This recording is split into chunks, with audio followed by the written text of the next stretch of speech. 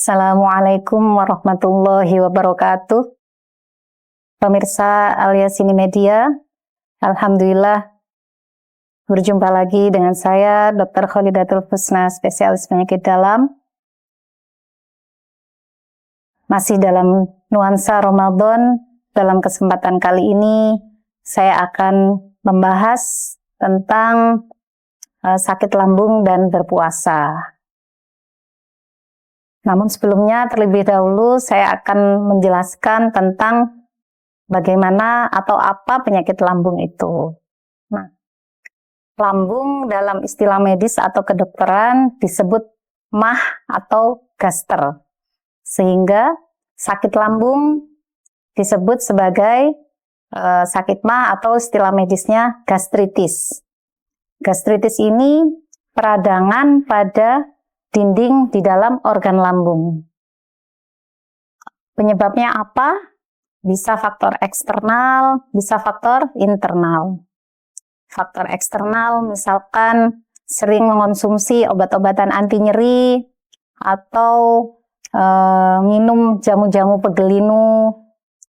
Bisa juga faktor infeksi. Kemudian faktor internal ini merupakan penyebab paling banyak yang disebabkan oleh pola dari orang itu sendiri. Misalkan sering makan tidak teratur, sering telat makan, kemudian sering mengonsumsi makanan atau minuman yang merangsang asam lambung, kemudian stres atau terlalu banyak pikiran. Lalu apa saja gejala dari sakit lambung itu?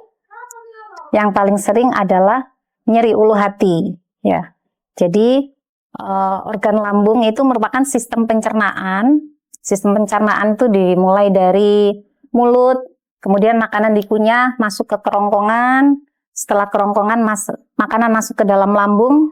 Di dalam lambung makanan itu dicerna sehingga halus. Lalu setelah itu masuk ke dalam usus halus. Di usus halus nutrisi atau zat-zat yang dibutuhkan tubuh itu diserap oleh tubuh, dan sisa yang tidak dibutuhkan itu nanti melalui usus besar, nanti keluar lewat anus berupa feses atau tinja.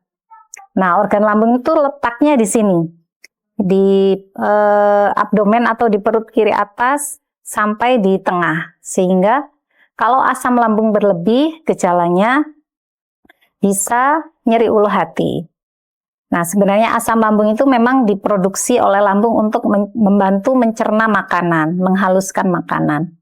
Tapi kalau asam lambungnya berlebihan, jadinya bisa nyeri ulu hati. Selain itu, pasien juga bisa mengeluh nyeri dada kiri, atau bahkan sampai merasa sesak nafas. Karena organ lambung itu letaknya di bawah rongga dada, di mana di dalam rongga dada itu ada jantung dan ada paru-paru sebelah kiri.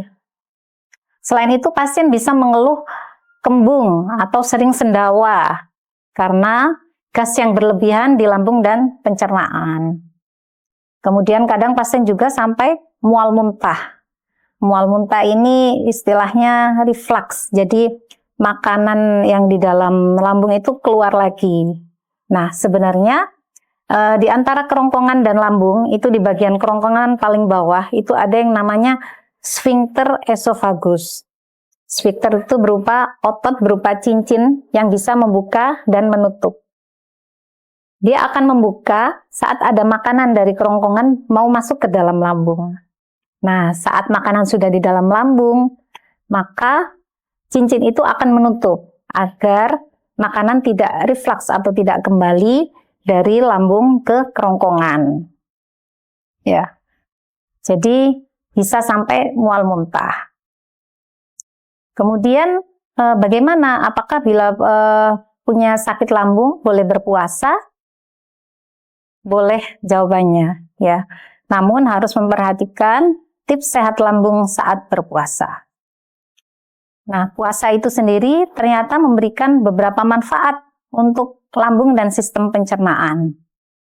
Yang pertama, memberi waktu istirahat pada lambung dan sistem pencernaan selama kurang lebih 14 jam kita berpuasa. Kemudian dengan berpuasa, bakteri baik atau kuman-kuman baik di dalam usus itu akan meningkat. Selain itu dengan berpuasa akan meringankan peradangan dan membantu penyembuhan bila ada luka di dalam lambung. Selain itu dengan berpuasa akan memberi waktu untuk regenerasi atau peremajaan sel-sel di dalam tubuh kita, termasuk sel dari sistem kekebalan tubuh, kemudian sel-sel dari lapisan usus. Nah, begitu banyak manfaat puasa untuk lambung dan sistem pencernaan. Lalu apa saja tips sehat lambung saat berpuasa? Yang pertama, tidak melewatkan waktu sahur. Sebagaimana dalam hadis an Anas bin Malik radhiyallahu an, qala an-nabiy sallallahu alaihi wasallam, tasahharu fa inna fis sahuri barakah. Rawahu Bukhari wa Muslim. Makanlah sahur kamu, niscaya di dalam waktu sahur itu ada keberkahan. Ya. Hadis ini sahih. Keberkahan di sini artinya kebaikan-kebaikan yang akan didapatkan. Tidak hanya kebaikan ruhaniyah seperti mendapatkan rahmat dan maghfirah dari Allah, namun juga kebaikan jasadiyah. Karena dengan sahur itu merupakan sumber energi kita untuk beraktivitas selama seharian kita berpuasa. Dan sebaiknya saat sahur perbanyak makan serat. Misalkan sayur-sayuran, buah-buahan, dibanding karbohidrat seperti nasi.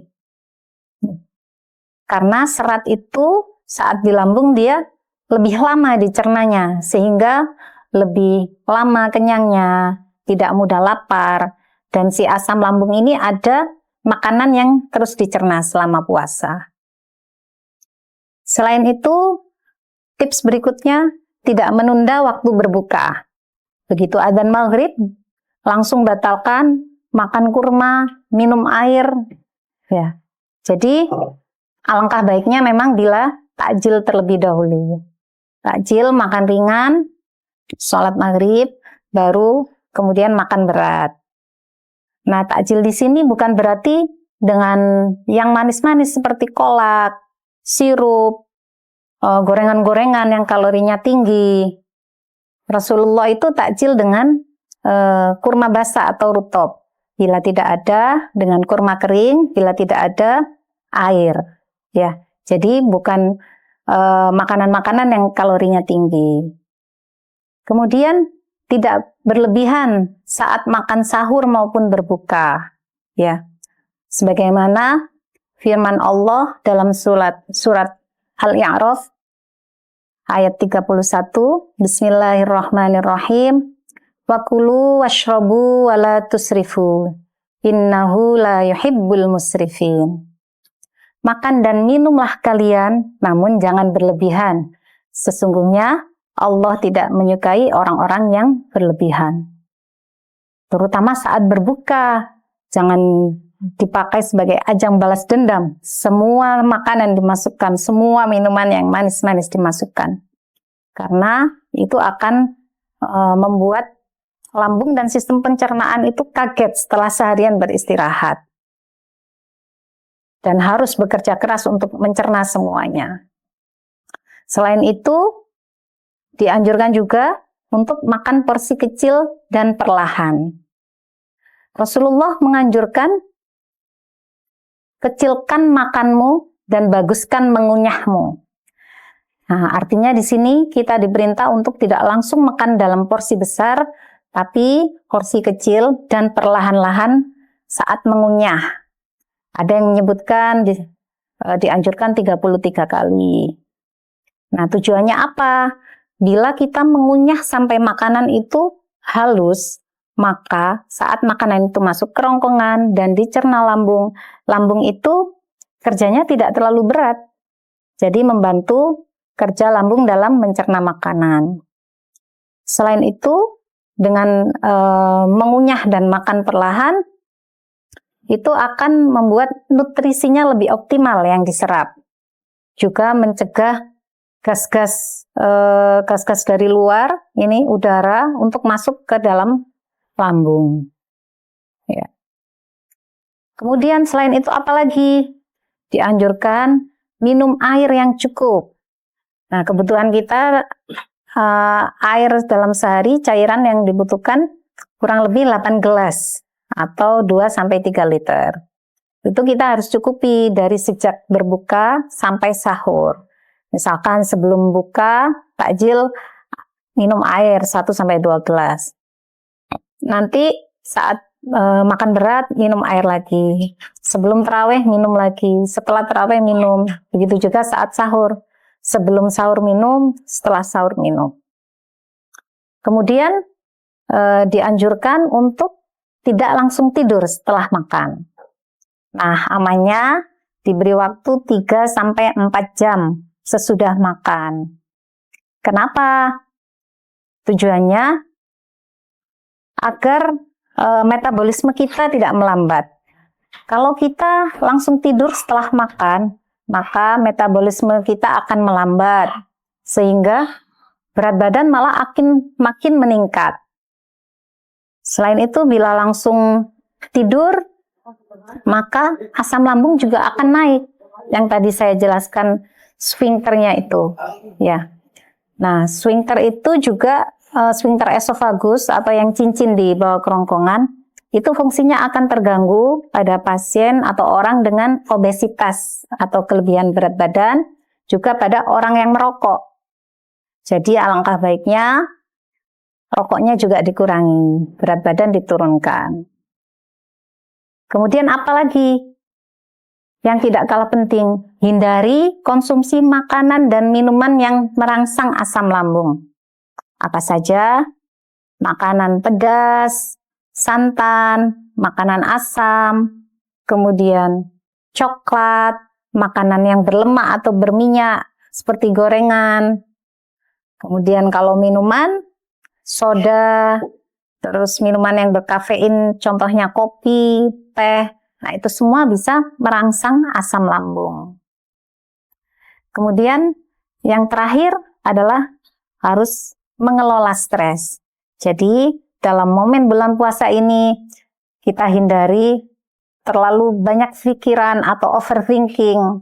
Kita perbanyak, kita alihkan dengan hal-hal yang positif, dengan membaca Al-Quran, dengan zikir, membaca sholawat, yang insya Allah pahalanya dilipat gandakan dalam bulan suci Ramadan ini. Semoga apa yang saya sampaikan ini bermanfaat. Cukup sekian. Semoga kita selalu diberi kesehatan, kita bisa berjumpa di bulan-bulan Ramadan yang akan datang, sehingga kita bisa membahas tema-tema kesehatan lainnya. Cukup sekian dari saya, kurang lebihnya mohon maaf. Aku ulung qouli hadza wa astaghfirullah li wa lakum. Assalamualaikum warahmatullahi wabarakatuh.